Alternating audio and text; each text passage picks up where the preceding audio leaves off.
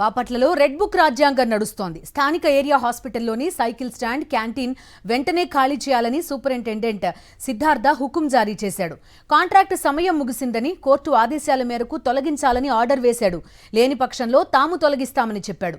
ఈ విషయం కోర్టు పరిధిలో ఉందని, శని ఆదివారాల్లో కోర్టు ఉండదని లీజుదారుడు తెలిపాడు.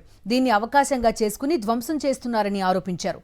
ఇదిలా ఉంటే టీడీపీ లీగల్ అడ్వైజర్గా చెప్పుకునే గవిని శ్రీనివాసరావు మద్యం సేవించి ఆస్పత్రి డైరెక్షన్ ఇస్తుంటే సూపరింటెండెంట్ ఆయన చెప్పినట్టు చేస్తున్నారు.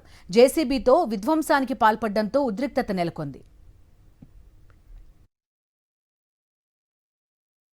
బాపట్లలో రెడ్ బుక్ రాజ్యాంగం నడుస్తోంది. స్థానిక ఏరియా హాస్పిటల్లోని సైకిల్ స్టాండ్, క్యాంటీన్ వెంటనే ఖాళీ చేయాలని సూపరింటెండెంట్ సిద్ధార్థ హుకుం జారీ చేశాడు. కాంట్రాక్ట్ సమయం ముగిసిందని, కోర్టు ఆదేశాల మేరకు తొలగించాలని ఆర్డర్ వేశాడు. లేని పక్షంలో తాము తొలగిస్తామని చెప్పాడు. ఈ విషయం కోర్టు పరిధిలో ఉందని, శని ఆదివారాల్లో కోర్టు ఉండదని లీజుదారుడు తెలిపాడు. దీన్ని అవకాశంగా చేసుకుని ధ్వంసం చేస్తున్నారని ఆరోపించారు. ఇదిలా ఉంటే టీడీపీ లీగల్ అడ్వైజర్గా చెప్పుకునే గవిని శ్రీనివాసరావు మద్యం సేవించి ఆస్పత్రి డైరెక్షన్ ఇస్తుంటే సూపరింటెండెంట్ ఆయన చెప్పినట్టు చేస్తున్నారు. జేసీబీతో విధ్వంసానికి పాల్పడడంతో ఉద్రిక్తత నెలకొంది.